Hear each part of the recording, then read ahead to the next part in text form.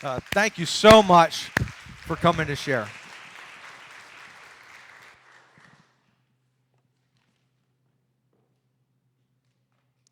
Good morning, everyone.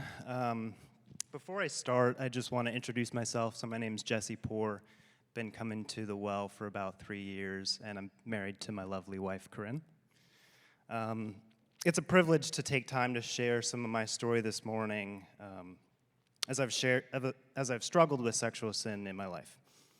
I want to be encouraging because the Lord has provided a way out, and I've been called to lead other men and women on this journey as well.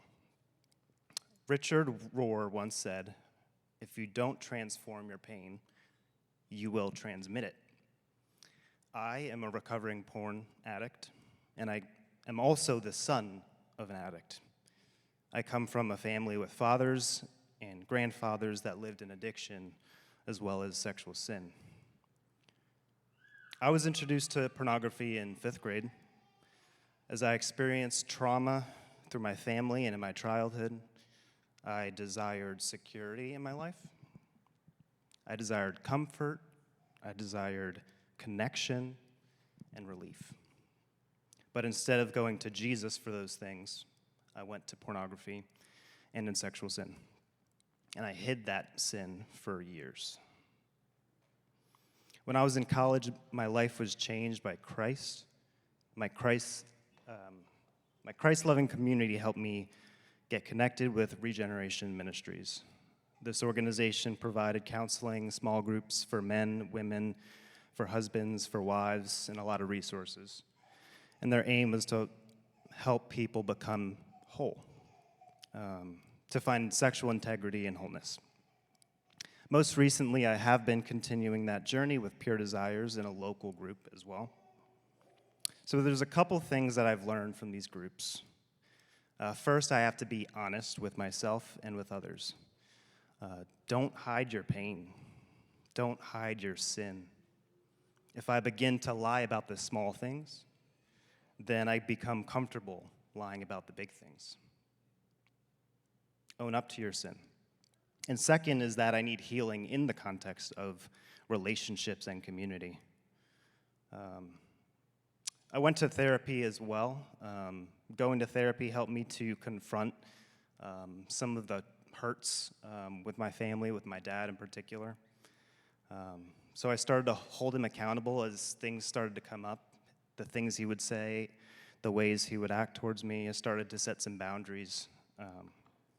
And he didn't take my confrontation seriously, so we ended up not talking for years. And eventually I went back to, years went by, and I eventually decided I was going to reach out.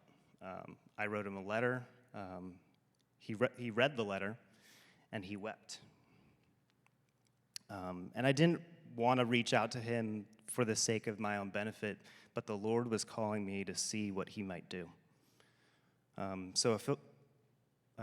Fast forward, we had spoken a few times after that, and one day he actually called me to apologize, and he apologized for the way that he treated me. All I had ever wanted was acknowledgement and an apology. And what a gift that was from God. Because I had gotten to a point where I had forgiven him. I had dealt with it myself.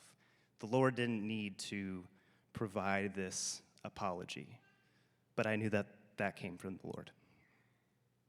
So, all that said, if you struggle with any form of sexual sin, the enemy is out there trying to destroy your life, trying to destroy your marriage or your family. But the truth is that you're not alone. The truth is that Christ can transform your sin. Through surrendering your life and your brokenness to Christ, you can break the cycle. Thank you.